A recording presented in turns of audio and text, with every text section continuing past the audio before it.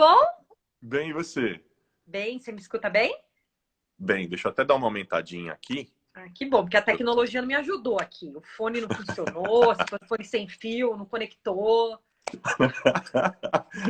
Mas nós vamos tudo apanhando. Você sabe que eu comecei a fazer essas lives? Olha só a Paty falando boa noite para você aqui. Ei! Boa noite, querido. Ver se o celular vai ficar nessa posição, conectado. Se der tudo errado, a gente põe em outro lugar. Você sabe que eu acabei me reinventando, né? E descobri uma coisa incrível. No Ah, meio é? dessa pandemia, desse isolamento aí que a gente está, eu falei, meu Deus do céu, como é que eu vou trabalhar sem conversar com as pessoas, sem falar com as pessoas, sem dialogar, Uhum. sem ouvir? Como é que eu vou fazer isso? E aí eu falei, bom, quer saber? Eu vou encontrar um novo jeito de conversar. Eu vou fazer umas lives. E não é que eu comecei a chamar os amigos, e não é que, de repente, todo mundo começou a vir, essas coisas começaram a crescer, o povo começou a gostar. E eu vou falar para você que eu estou aprendendo pra caramba. Que Acredita? legal, que legal. Bom, é a minha primeira live, eu nem sabia, né? Confessando toda a minha incompetência digital, eu nem sabia como entrava. Por isso que deu certo aqui. Gente, sem mais delongas, vou apresentar a convidada de hoje para quem não conhece. A Samira é uma pessoa, Samira Bueno é uma pessoa que me impressionou alguns anos atrás. Eu ainda presidia a Comissão de Direitos Humanos da Assembleia Legislativa e fui fazer uma visita no Fórum Brasileiro de Segurança Pública. Chegando lá, no Fórum Brasileiro, vi essa mulher falando de dados e estatísticas, fazendo leituras, mostrando cenários, fazendo uma análise crítica e fiquei absolutamente impressionado. Sem dúvida nenhuma, para mim, fruto de duas coisas que são marcas dela. São duas marcas suas. A inteligência e a capacidade de discernir dados que é resultado de estudo, de muito estudo, de dedicação. A Samira é socióloga, formada em Ciências Sociais pela Universidade de São Paulo. Ela trabalha, ela é a diretora executiva do Fórum Brasileiro de Segurança Pública, terminou o mestrado na Universidade de Cambridge, se debruça sobre esses temas, aliás, fala sobre esses temas como pouquíssima gente eu vi na minha vida. Tem uma coluna na Rádio CBN, que é incrível também, e vocês vão ver que eu não estou exagerando. Ela tem currículo, tem tudo isso, mas é gente feito a gente, ela é incrível, é uma pessoa, enfim, profundamente humana, sensível e comprometida com os temas que se envolvem. Portanto, muito bem-vinda, Samira Bueno. Aliás, esqueci de uma coisa. Você mande um beijo especial para o Renato, que vocês fazem a dupla na segurança pública de dar inveja para muita gente. Viu? Mando sim, mando sim. Pode deixar. Bom, você falando, né, em Casal Furacão, vocês batendo, então, queridos amigos. Deixa eu falar uma coisa, começar o papo aqui. Historicamente, a gente sabe que tem três coisas que aceleram muito as mudanças da sociedade: guerra, revolução e epidemia. Essas três coisas sempre provocaram grandes mudanças. Você, como eu já falei, que é, enfim, que é estudiosa do tema da segurança pública, você acredita que essa pandemia vai mudar, vai resultar em mudanças significativas nessa área? O que você acha? Certamente. Tanto pensando nas respostas públicas que o Estado dá, aí eu estou falando, especialmente quando a gente pensa na ação das polícias e de outros atores que, de algum modo, estão articulados pensando em prevenção. Mas eu acho que no curto prazo, e a gente já está sentindo isso, o principal impacto é no crime mesmo. E aí eu acho que tem alguns cenários que começam a se desenhar. Isso não é exclusivo do Brasil, mas a gente não tem nenhum país que tenha um contexto de criminalidade ou de insegurança parecido com o nosso que já passou pela Covid.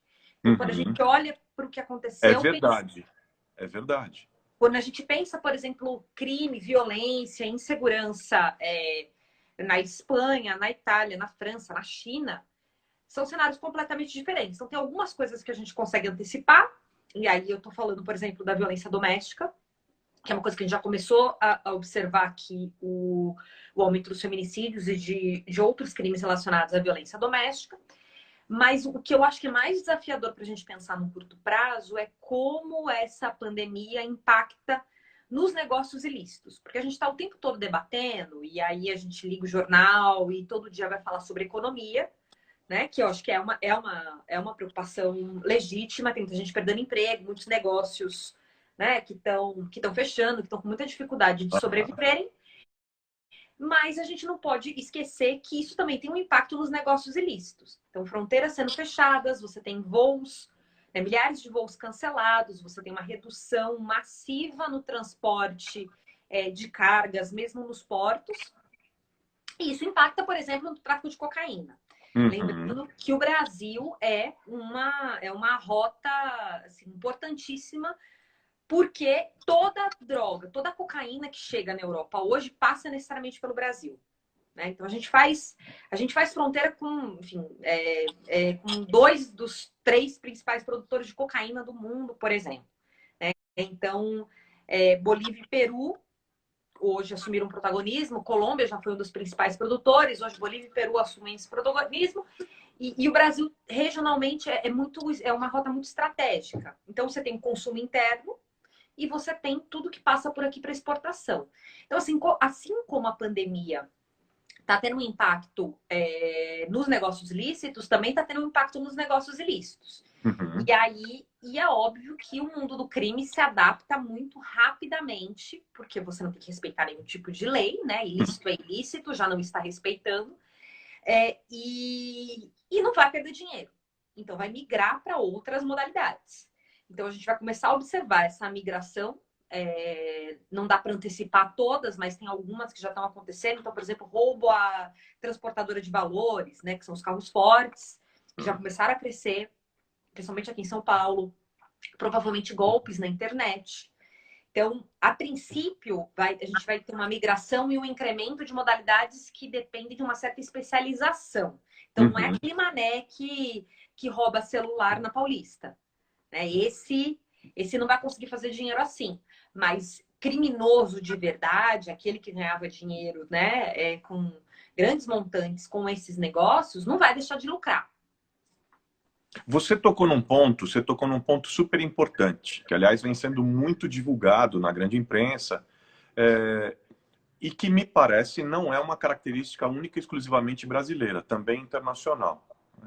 Com o momento de isolamento, a maior proximidade das pessoas, a maior presença de homens em casa, e especialmente daqueles que têm uma masculinidade tóxica, isso está se refletindo no aumento de casos e no aumento de denúncias de casos de violência, não apenas contra a mulher, mas também contra a criança.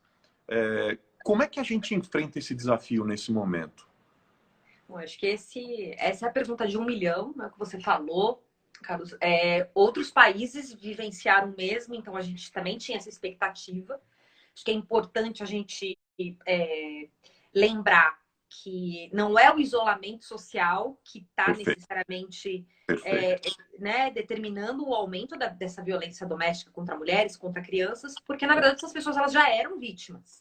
A questão é que antes elas eram vítimas nos finais de semana, que era quando estava todo mundo em casa, e agora elas estão mais tempo expostas a essa violência porque estão mais tempo em casa. Né? Então, acho que esse é o nosso grande desafio, porque a gente já tinha um número gigantesco. Então, lá no fórum a gente tem 2 publicações que monitoram estatísticas de crimes e violência, que é o Atlas da Violência, uma parceria com o IPEA, que a gente utiliza os dados da saúde, e aí a gente olha tanto os homicídios de mulheres, quanto as notificações no SINAM, ou seja, quando uma mulher, por exemplo, ou uma criança chega no hospital, foi vítima de uma violência sexual ou de uma agressão, o sistema de saúde tem que notificar. Então, a gente monitora isso, tanto pelo sistema de saúde, quanto pela segurança pública no nosso Anuário Brasileiro de Segurança, que é produzido a partir de registros de boletins de ocorrência produzidos pelas polícias civis. Então, a gente está falando que saúde e segurança pública, né? Então, áreas completamente diferentes, mas que, de forma complementar, estão produzindo dados sobre esse fenômeno. E tem pelo menos 3 anos que a gente está observando o crescimento da violência sexual, Em 2018, a gente teve o maior número de estupros já registrado no Brasil. Foram 66 mil casos, 53% são crianças e adolescentes de no máximo até 13 anos. Caramba! Que são estupradas dentro de casa por pessoas conhecidas. Né? Então, é padrasto, primo, vizinho, são pessoas com quem elas têm algum tipo de vínculo. Então, é isso. A violência contra crianças, por exemplo, pelo menos, especialmente a violência sexual, já estava acontecendo. Que, aliás, é um detalhe importantíssimo do que você está falando, tomando a liberdade aqui, só fazendo um parênteses, ao contrário do que se imagina, a maior parte das pessoas imagina que violência, especialmente violência sexual contra crianças e adolescentes, é perpetrada por gente absolutamente desconhecida. Mas os dados mostram sempre o mesmo padrão. De cada 10 casos, 7 acontecem dentro de casa ou com alguém muito próximo. Então, isso que você está falando é muito importante. Mas continua, desculpa. Sim, é muito importante e muito preocupante, porque a gente hoje consegue contar, né? A gente conta vítimas, a gente sabe que esse é um crime que tem uma subnotificação enorme. A gente não tem um número recente no Brasil, mas países que fazem pesquisas de vitimização de forma periódica, que monitoram isso com certa frequência, dizem que entre 10% e 30% dos crimes sexuais são notificados à polícia. No Brasil, a última pesquisa que a gente tem notícia, que é a Pesquisa Nacional de Vitimização, fala em 7,5%, que é de 2012. Então, considerando que o número aqui ainda era mais baixo em 2012, mas vamos trabalhar com o mínimo que países desenvolvidos trabalham, que é 10%. 10%, se os 66 mil são 10%, né? A gente tem no mínimo 600 mil casos de violência sexual, e é isso. A maior parte são crianças, e reforçando, a violência sexual acontece dentro de casa e não tem uma característica específica desse agressor para você dizer que ele é um estuprador de criancinha. Exatamente. Né? Não vem com letreiro na testa, não tem tipo aparente. Não, ele é um robozinho simpático que você conversa todo dia na rua, né? É o seu tio que você bate papo no Natal, no feriado. Então, é importante também a gente desmistificar um pouco isso, porque as pessoas acham que vai ser alguém perigoso, algum homem que vai te encontrar numa rua escura, de madrugada, que vai te pegar ou que vai invadir a sua casa. E, na verdade, esses casos são muito raros. Então, a violência sexual tem mais de 3 anos que cresce, a violência doméstica idem, e os feminicídios. Então, a gente está diante de a gente tem uma pandemia que agrava uma situação que já era muito grave no Brasil, mas que por muito tempo não foi, eu diria, objeto de atenção do poder público. A gente tem leis penais aos montes, né? Acho que a gente, do ponto de vista do arcabouço legal, os últimos 15 anos, né? Com a Lei Maria da Penha em 2006, depois a gente tem mudança na Lei do Estupro em 2009, tem a Lei do Feminicídio. Melhorar os canais de denúncia.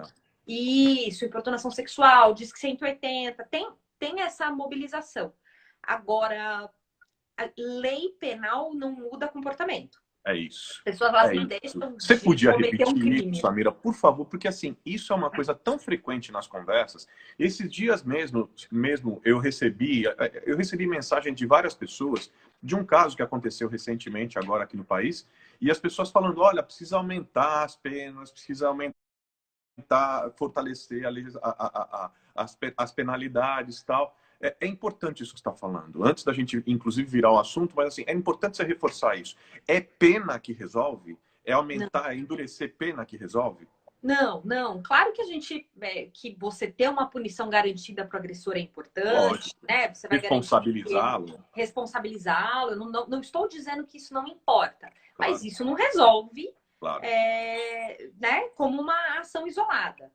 Aliás, pelo contrário, eu diria que as chances disso resolver o problema, e qualquer problema relacionado à criminalidade, elas são mínimas, né? As pessoas não deixam de roubar porque você condena por roubo, você não deixam de traficar por conta disso, mesmo em países que têm altos índices de condenação, altos índices de prisão, né? Porque as pessoas falam, não, mas o problema é que no Brasil a gente não prende direito. Bom, os Estados Unidos encarcera como nenhum outro país no mundo e eles têm números muito parecidos de violência doméstica e sexual, por exemplo. Em alguns lugares até piores. Então, você E pensa tem a mesma dificuldade também de responsabilização, melhores condições de inteligência, de investigação, mas as mesmas dificuldades de responsabilização. Com Enfim, certeza, porque a Elisete até está falando aqui, né, de mudar a cultura. É isso. A gente não transforma, especialmente quando a gente está falando de violência doméstica, de violência sexual, a gente não transforma esse cenário se a gente não mudar comportamento. E mudar comportamento pressupõe mudar cultura, né? Então, trabalhar a forma como a gente se relaciona com o outro, como homens e mulheres, né? Pensar, e aí acho que muitas vezes falar sobre equidade de gênero acaba sendo mal compreendido quando a gente dialoga sobre isso, mas eu acho que é uma coisa simples, né? Para todo mundo que tem filhos e filhas, né? Sobrinhos, né? Que você quer que a sua menina, sua filha, seu filho, sua sobrinha, eu tenho uma sobrinha de 7 anos, eu espero que ela tenha as mesmas oportunidades, os mesmos direitos garantidos e todos, né? Respeite os coleguinhas dela, sejam meninos ou meninas. E ela está sendo criada, acho que essas novas gerações já estão sendo criadas numa aposta em que todos têm os mesmos direitos e deveres, e as meninas têm as mesmas oportunidades, e as meninas podem fazer qualquer coisa. Agora, a gente sabe que não era assim até pouquíssimo tempo. Sim. Né? Sim. Esses dias eu estava conversando com umas amigas de faculdade, a gente tem um grupo até hoje, e na verdade já faz um ano mais ou menos, e tinha tido mais um episódio de importunação sexual num ônibus aqui na capital. Vamos lembrar que a lei ela vem muito em função de um caso de um cara que ejaculou no pescoço de uma menina que estava dentro do ônibus. E aí você fala, como é que uma coisa dessas pode acontecer, né? Essa falta de noção e do respeito ao outro faz com que alguém ache que ele tem o direito, né, de tocar outra pessoa contra a vontade dela, né? Que ideia, que patriarcado, que ideia de dominação nociva é essa? E conversando com essas amigas, a gente se lembrou que no nosso primeiro ano de faculdade, lá na USP, a gente estava dentro do circular e tinha um homem se masturbando. E a gente com a mochila, assim, meio que esperando para descer. Quando a gente olhou, ele estava com o objeto dele para fora e se masturbando. E a nossa reação, assim, um olhou para a cara da outra, a gente ficou meio desesperada, começou a bater na porta pedindo para o motorista abrir e descemos. E a gente nunca mais falou sobre isso. Que loucura. E a gente vai falar sobre isso agora, assim, 15 anos depois. E o que é mais louco, Samira, eu me lembro, você falou disso, agora eu me lembrei de um caso de uma menina que foi importunada sexualmente na USP, que sofreu uma tentativa de estupro, ela conseguiu na última hora ali escapar dentro do campus. E eu me lembro do choque que eu tive, isso foi no período que eu presidi a Comissão de Direitos Humanos lá na Assembleia. O choque que eu tive quando ela fez a denúncia, porque ela reconheceu a pessoa que fez, ela fez a denúncia, e quando ela fez a denúncia, muitas pessoas da faculdade, da universidade, se voltaram contra ela, no sentido de que, se isso aconteceu com ela, é porque ela era culpada. É um negócio surreal. Não bastasse o abuso, não bastasse tudo isso que você está dizendo, ainda quando alguém denuncia, ainda pode ser vista dessa forma completamente distorcida. Mas eu queria que você comentasse uma coisa aqui para mim. Eu separei 2 textos. Eu sabia que ia conversar com você. Eu separei 2 textos para você comentar. Eu queria a tua opinião. Um texto da Susan Sontag, ela diz o seguinte, abre aspas, não estamos sendo invadidos. Os doentes não são baixas inevitáveis, nem tampouco são inimigos, falando sobre a pandemia. Nós, a medicina, a sociedade, não estamos autorizados a combater por todo e qualquer meio. Em relação à metáfora militar, eu diria, parafraseando Lucrécio, deixem-na para os guerreiros. Fecha aspas. Aí eu peguei um texto recente na Folha de São Paulo, da Juliana de Albuquerque. que disse que também fica profundamente incomodada com essa abordagem, com a forma com a qual ela vem sendo feita, como se os profissionais de enfrentamento do vírus, como se os profissionais de saúde fossem soldados na linha de frente de uma guerra, prontos para se sacrificarem, e enquanto os gabinetes de retaguarda se transformam, que fazem as ações estratégicas contra a pandemia, são chamados de gabinetes de guerra. Qual que é a minha pergunta para você? Essa metáfora militarizante tem para você uma conotação negativa? Certamente. Certamente, porque quando você enxerga dessa forma, eu até entendo de um lado, porque para muita gente, quando está falando desse profissional de saúde que está na linha de frente, de tantos outros, né, policiais, os nossos porteiros, tem tanta gente que está se expondo ao risco, que não pode ficar em casa, né, que, enfim, que estão, né, eu fiquei pensando os agentes funerários, né, essas pessoas que estão fazendo o sepultamento das pessoas, que estão super na linha de frente e muitas vezes não são lembrados. Acho que de um lado, para muita gente, isso pode parecer um certo elogio, né? Você tratá-los como guerreiros, como heróis, essa ideia, né? De que o guerreiro, ele tá ali 24 horas combatendo, sem pensar nele mesmo, ele tá se entregando totalmente, né, para a guerra em nome do seu país, né? Então, assim, ele não pensa nele. O problema dessa metáfora com o soldado e com o guerreiro, e isso acho que se aplica tanto aos profissionais de saúde quanto aos de segurança, é que você desumaniza por completo esse indivíduo. E você esquece que ele é um profissional. Um profissional que tem que ter seus direitos garantidos.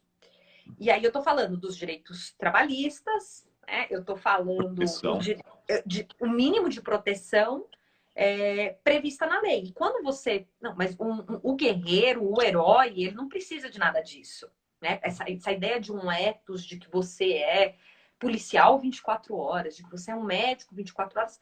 Ninguém é nada 24 horas, né? Ninguém... Aquilo é uma profissão que você escolheu, você pode ter a paixão que for por aquilo, mas você precisa dormir, você precisa se relacionar com a sua família, você precisa se alimentar de forma adequada, você precisa ter folga, né? Senão você adoece.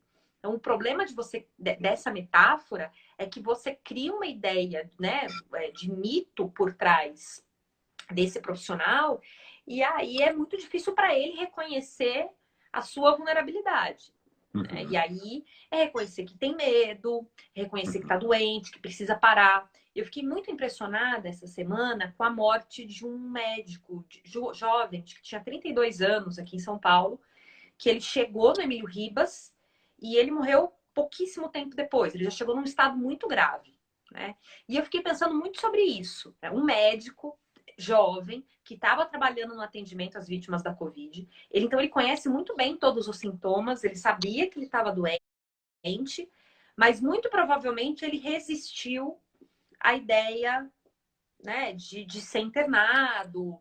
Então, assim, essa ideia de que você vai romper com os limites, isso é muito comum entre os policiais. Então, eles estão super estressados, muitos precisariam de licença, precisam de férias, precisam se afastar do trabalho, mas eles acreditam que eles são indispensáveis e esquecem de cuidar de si mesmos quando necessário. E a Silvinha está trazendo um outro comentário que eu acho que é importante também, que a guerra pressupõe um inimigo, né?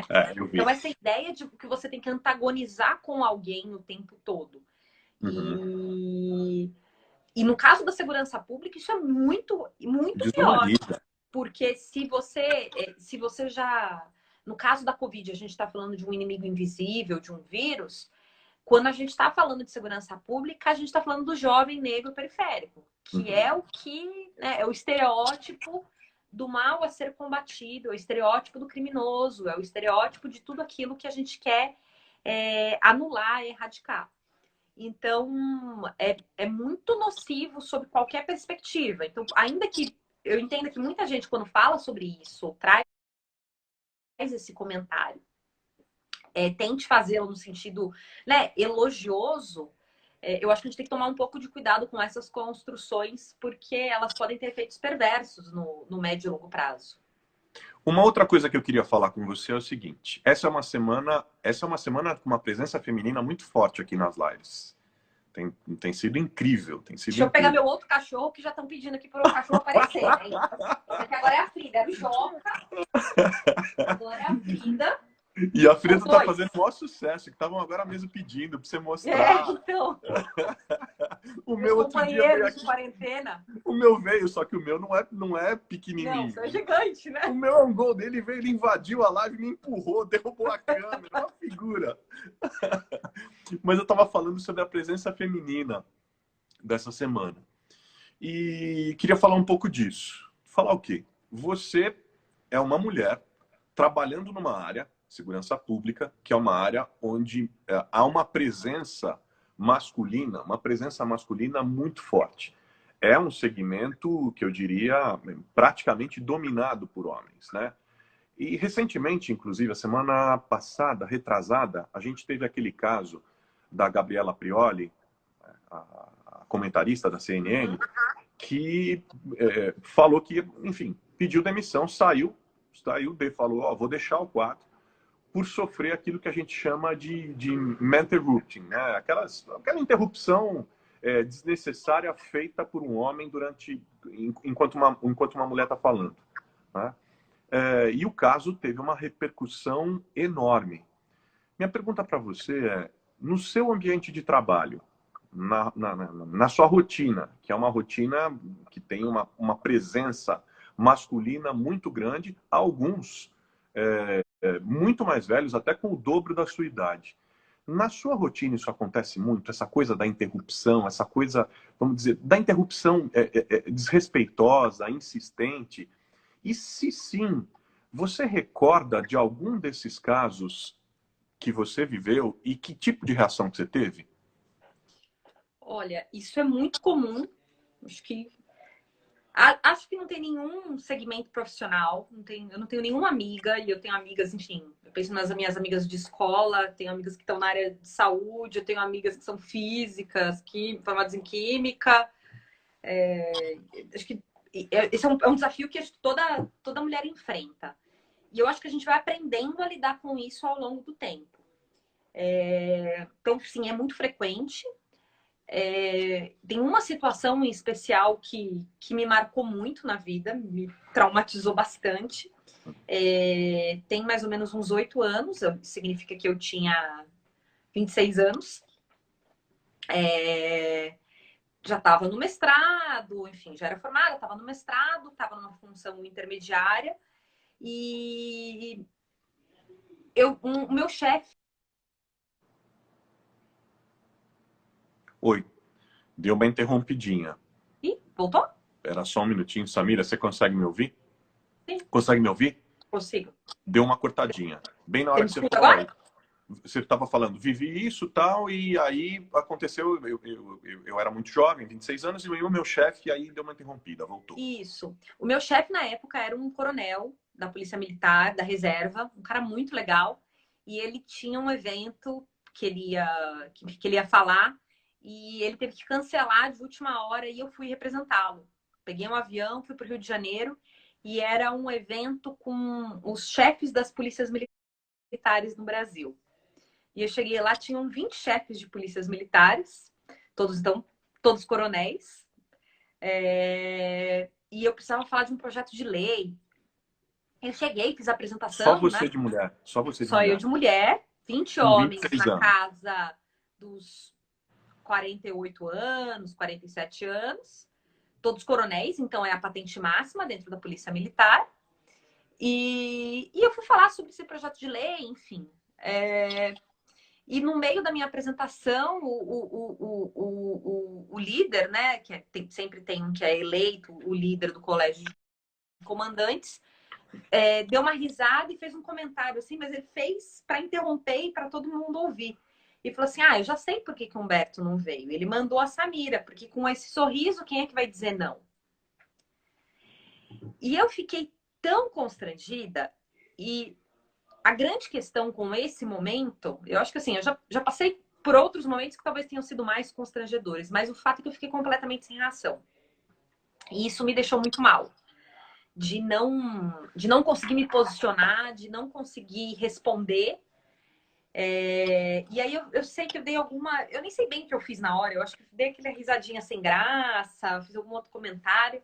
Eu sei que quando acabou minha fala, eu peguei um táxi, voltei para o aeroporto, antecipei meu voo e eu fui chorando do evento até chegar em casa, assim, angustiada, porque eu não consegui falar nada. Né? Eles sabiam que eles estavam numa situação, né? Tinha uma relação de poder ali Aham. estabelecida, eu era jovem, eu era uma pessoa dentro da hierarquia da organização, né? Que estava numa função que, enfim, não tinha muita capacidade de bater de frente com eles. E eles, de algum modo, se aproveitaram disso. Então, foi um evento muito traumático na minha vida. E eu lido com policiais, né, quase que diariamente. O Fórum Brasileiro de Segurança Pública, para quem está aqui acompanhando a gente não sabe, é uma organização sem fins lucrativos, que é uma rede formada por policiais e pesquisadores. E o nosso conselho de administração são metade policiais, metade pesquisadores. Então, é um público com que há 12 anos eu dialogo, que eu convivo. Então, não era para eu ficar tão sem reação, eu achava. E, enfim, hoje eu não me condeno por isso. Acho que é um pouco a Patrícia está falando, né? É muito comum, é constrangedor e eu faço um esforço no dia a dia de também falar sobre isso com as pessoas com quem eu trabalho. Porque a E você verdade. sabe quando que eu fui perceber isso assim mais fortemente? É interessante até, porque assim, eu sou médico, sou ginecologista obstetra, ou seja, sou médico de mulher, lido com mulher a vida toda, mas olha que coisa, eu fui perceber a força disso, a força dessa coisa da interrupção, a força dessa coisa do constrangimento dessa maneira, quando a Patrícia se elegeu a primeira vez. Eu me lembro de uma história que a Patrícia me contou, porque, enfim, a política também é um ambiente muito masculino, né, com uma presença masculina majoritária e tal. Mas eu me lembro que quando ela me contou, que no primeiro discurso dela na Câmara, ela foi falar, ela tomou o microfone de aparte, e um vereador, ex-presidente, inclusive, da Câmara, tomou o microfone depois do que ela terminou de falar, foi no outro microfone e arremedou a Patrícia. Arremedou, fazendo assim no microfone. Ela falou que tomou um choque tão grande, assim, porque ela não tinha vivido aquilo ainda, mas era claramente uma relação de imposição de poder, né? De dominação e de constrangimento. E ela conta que ela não sabe de onde ela tirou forças, que ela se levantou, voltou no microfone e tal, foi lá no microfone e falou: você nunca mais faça isso. Entendeu? Porque com seus colegas homens você não faz isso. Agora você vem fazer isso comigo porque sou mulher. Na próxima que você fizer, eu vou te levar ao conselho de ética da Câmara. E aí a coisa. Usa! Tem cara que acha. O que é mais louco, Samira, que assim, que nem quando você fala, quando o cara vem e fala assim, esse sorriso e tal. O cara acha, na verdade, que tá fazendo, inclusive, tem gente que acha, inclusive, que tá fazendo um elogio, que tá sendo educado tal, e que não percebe o constrangimento. E por isso até que eu tô falando disso. Mas e sua família? Falando um pouco mais, o tempo tá voando, o papo bom, correndo. Vamos Fala um bater pouco papo. de você, da sua família. Sua família tem mais homens ou mais mulheres? Tem mais mulheres, muitas Tem mais mulheres mulheres? fortes. Eu sou a caçula de 3 filhos e eu sou caçula mesmo. Minha irmã é 12 anos mais velha que eu, meu irmão 10, mais velho. Então eu vim meio que sem querer, assim. Meus pais já achavam que tinham fechado a fábrica, não tinham planos. E eu cheguei e eu tenho. E a minha irmã engravidou da minha sobrinha mais velha muito cedo. Minha irmã teve minha sobrinha aos. Minha irmã teve minha sobrinha aos 18 e minha mãe teve minha irmã aos 17. Uau. Então, a minha mãe foi avó aos 35, na idade que eu tô, praticamente. Eu não tenho filhos, mas a minha mãe virou avó aos 35. E a minha Aos irmã trinta e virou. cinco Sim, a minha mãe virou avó aos 35 e a minha irmã virou mãe aos 18. Isso significa que eu tenho uma sobrinha, eu tenho 34, eu tenho uma sobrinha de 27. Tenho uma de 7 e uma de 27. E é uma família. Eu fui criada pela minha família, né, pela minha avó materna, que já é falecida. Minha mãe tem 11 irmãos, Uau. 8 mulheres, então. Nossa, é a mulherada dominando. Aliás, dessa mulherada toda, especialmente das mais antigas, qual que é a que mais te inspira? Qual que você percebe que, ou que você sente que mais te inspirou, que mais te traz coisas para a vida? Olha, acho que minhas tias em geral e minhas avós, as duas, acho que ambas. Hoje, uma pessoa que me inspira profundamente é a minha avó paterna, que é viva, vai fazer 101 anos mês que vem. Oi?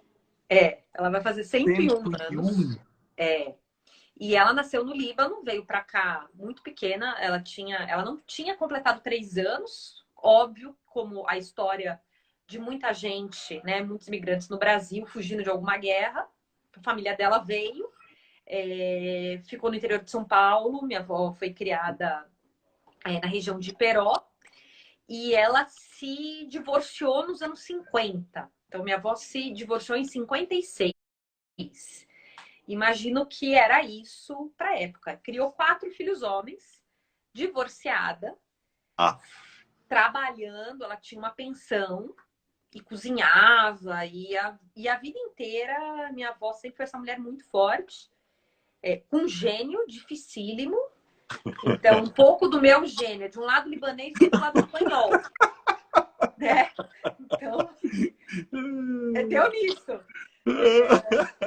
Mas eu diria que hoje a minha avó ela é uma grande inspiração porque é uma resiliência, ela já perdeu um filho, né? Então, que é uma dor que eu acho, enfim, eu não sou mãe, mas eu acho que está muito claro que a pior dor que uma mãe e um pai podem sentir é isso.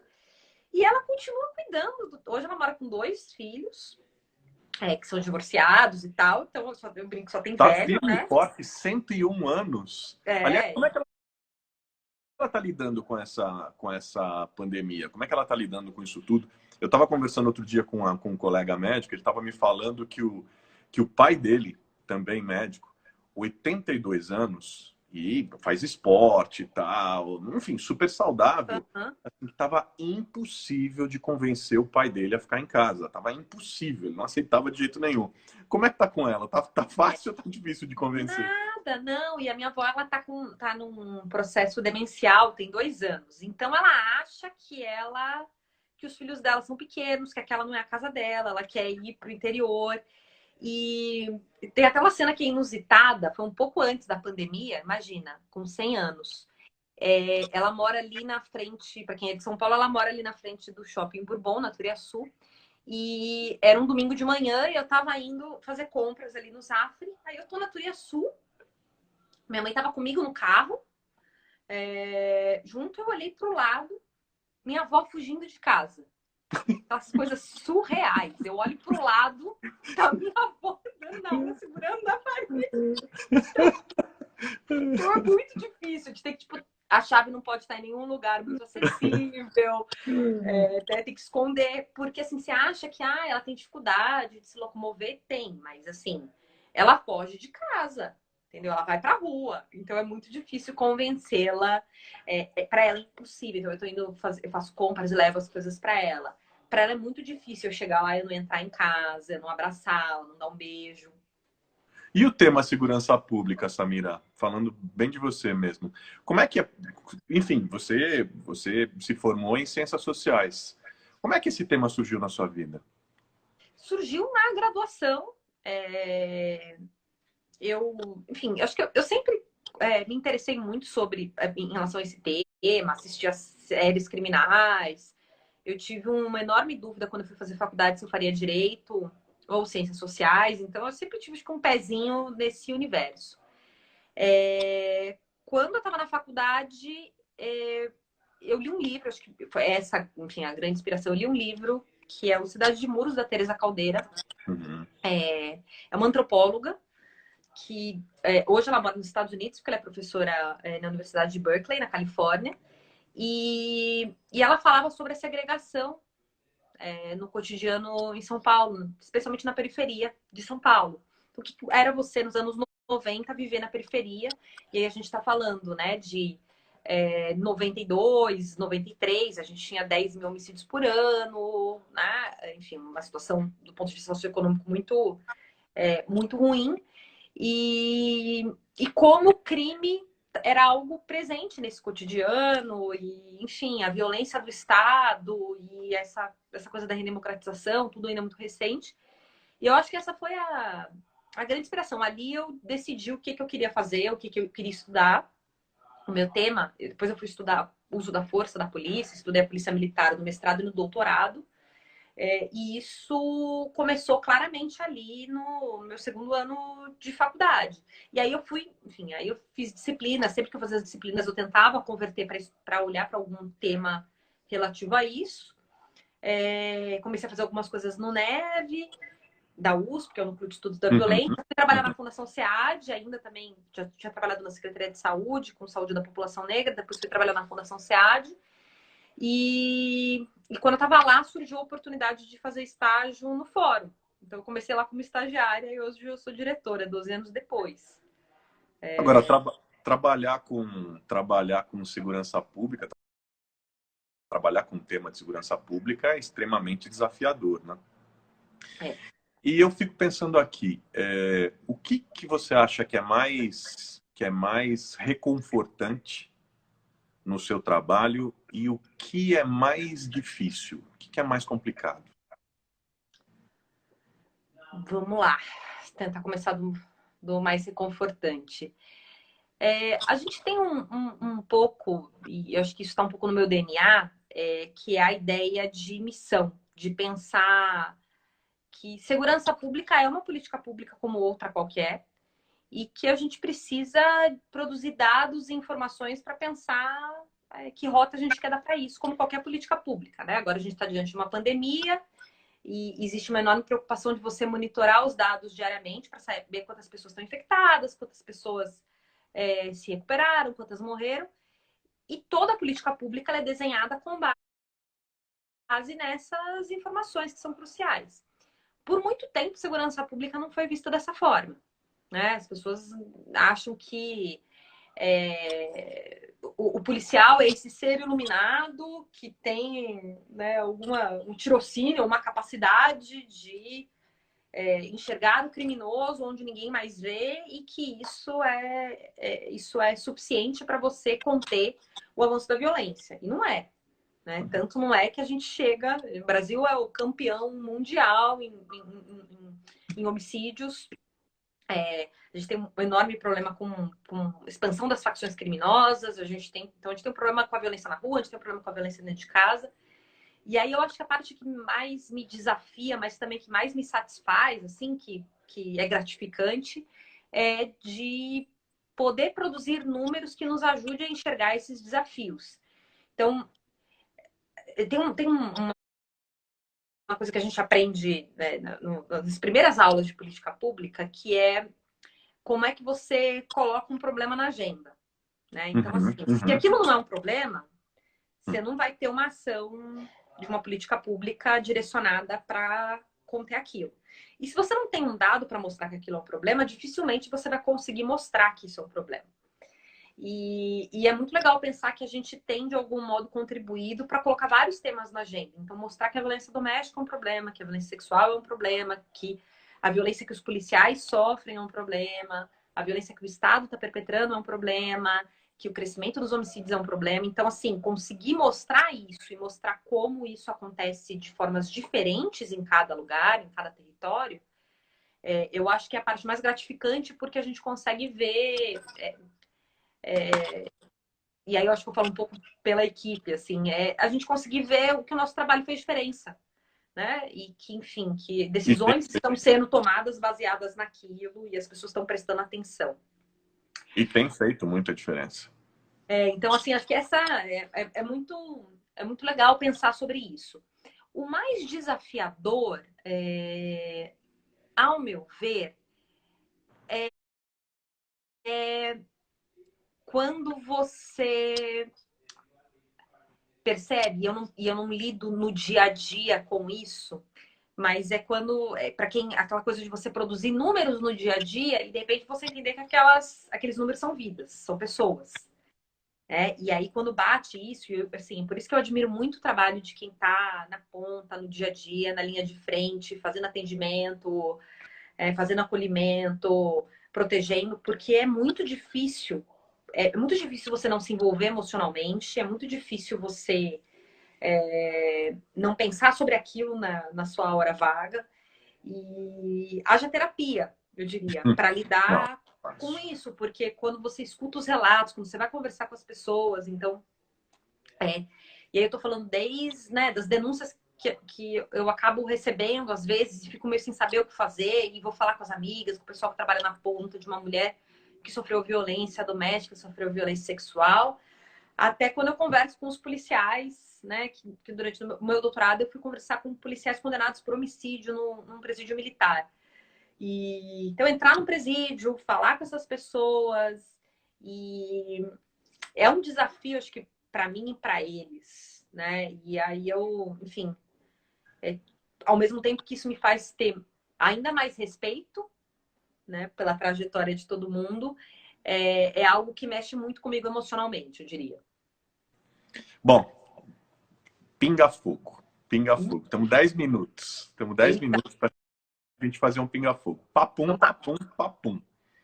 Então, eu vou fazer algumas provocações para você aqui. Vamos ver como é que você segura aí. Ser mulher policial é? Um enorme desafio. Posso fazer um. Eu sei que é pinga-fogo, mas Vai. são instituições eminentemente masculinas, né? No caso das polícias militares, a gente tem várias polícias militares no Brasil, por exemplo, que tem teto para ingresso de mulheres. Então, imagine o que é isso. Né? Você ter, sei lá, 100 vagas, 10 é para as mulheres e as outras 90 são necessariamente para homens. Então, eu acho que é um desafio, mas elas são extremamente corajosas de se lançar nesse enorme desafio que é fazer segurança pública no Brasil, sofrendo as resistências que elas sofrem internamente e enfim, né, no dia a dia profissional. Então, é isso. Colapso na segurança pública. Colapso na segurança pública é? Que a gente vive no Brasil há alguns anos. Estamos completamente colapsados. Não só pelo crescimento do crime, da violência, que um ano desce, no outro ano sobe de novo, mas pela falta de clareza do que fazer. PCC. PCC é? Acho que se dá para a gente falar, ficar respondendo tudo com desafio não dá, né? Mas se dá para a gente falar que a gente tem um problema, eu diria que esse problema se chama PCC e a incapacidade do Estado de dar uma resposta adequada, porque é isso, o crime se adequa muito rápido e tem sido capaz de dominar corações e mentes. Não é mais uma questão eminentemente econômica do menino que precisa, enfim, se envolver com crime para pagar conta. Também tem um componente importante que é as pessoas são seduzidas por essa vida. Então, acho que o buraco é mais embaixo, não é mais uma questão só de segurança pública. Bandido bom é? Bandido que cumpriu pena, pagou tudo que devia para a justiça, ressocializado e que encontra uma outra forma de estar no mundo. Direitos humanos no mundo é? Direitos humanos, eu acho que é o bem mais essencial que a gente tem e que muitas vezes é mal compreendido, né? Garantia dos direitos humanos, o meu, o seu, o do menino que cometeu um crime, de qualquer cidadão, é o único jeito da gente garantir que a gente não vai viver a barbárie. Então, respeitar direitos humanos básicos é uma forma de garantir a nossa democracia e que os nossos direitos serão respeitados.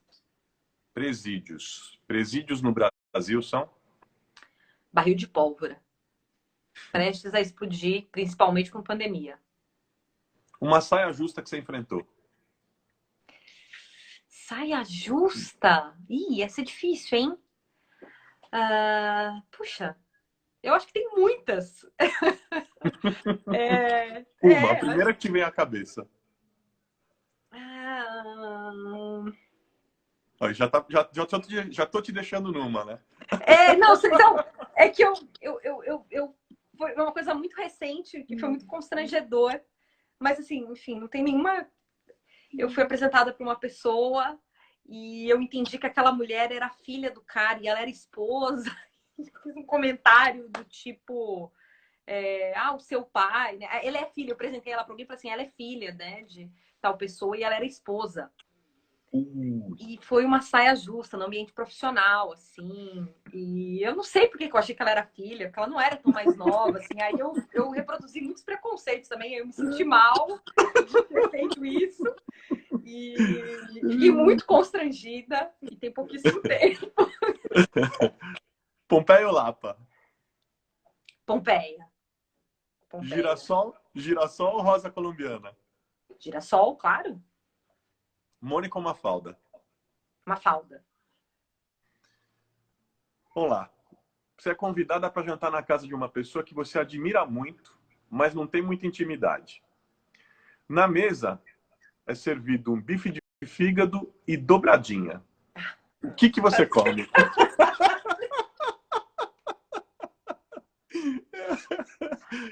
Ai, tem que comer alguma coisa, né? Eu acho que eu ainda vou de bife de fígado, mas olha.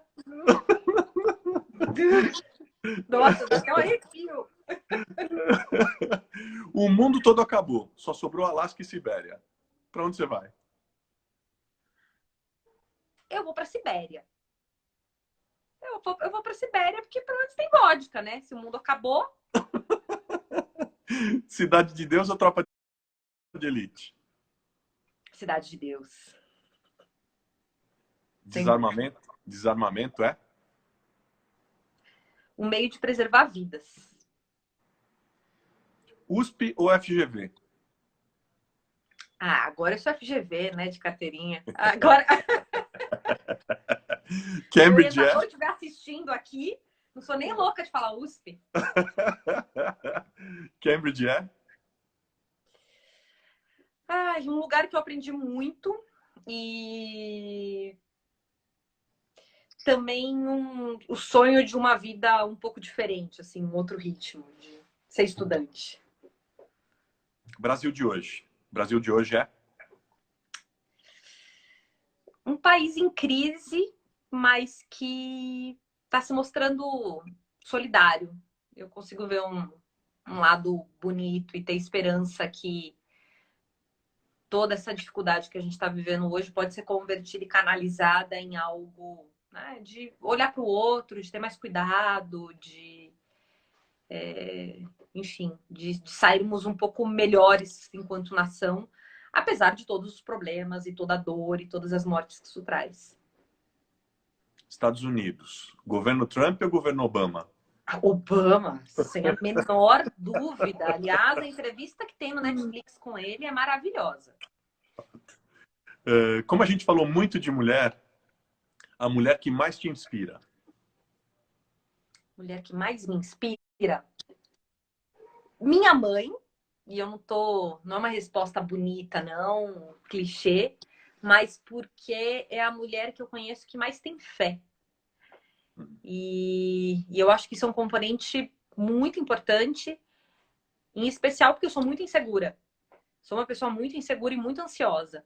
Então, essa ideia de que você tem fé, que você acredita em algo superior, você tem uma crença e que aquilo te dá um conforto, que você vai passar por qualquer dificuldade, mesmo, mesmo diante de uma pandemia, mas que acho que isso dá uma estabilidade, enfim, um conforto e minha mãe é essa pessoa que cumpre essa função na família inteira, nos vizinhos. Então as pessoas mandam mensagem para ela pedindo para fazer oração, para benzer a distância. O tempo tá acabando, não acredito. Ele tá me apontando, tá piscando para mim 1 minuto e meio. Um livro. Um livro? Deixa eu ver. Bom, o Cidade de Muros, que eu citei, e eu li recentemente um também que eu gostei muito, que é o Como Morrem as Democracias, do Levitsky. Um filme ou uma série? Tô assistindo New Amsterdã, comecei agora, tô na primeira temporada, mas é sobre a saúde pública nos Estados Unidos e eu tô adorando. Pandemia é? Pandemia é uma crise civilizatória, não só de saúde pública. Para fechar, uma frase ou um pensamento final que você queria deixar para todo mundo. Nós temos, tá pitando para mim que tem 40 segundos. Se cuidem, fiquem em casa, lavem as mãos, cuidem das pessoas que vocês amam, que tudo isso vai passar, a gente vai ser diferente daqui a uns meses depois disso, mas passa. Samira, obrigado. Um beijo enorme para você, um beijo para todo mundo. Vai estar disponível hoje aqui, ainda nos stories do meu perfil, e depois, amanhã, vai para o YouTube, youtube.com/carlosbezerrajr oficial.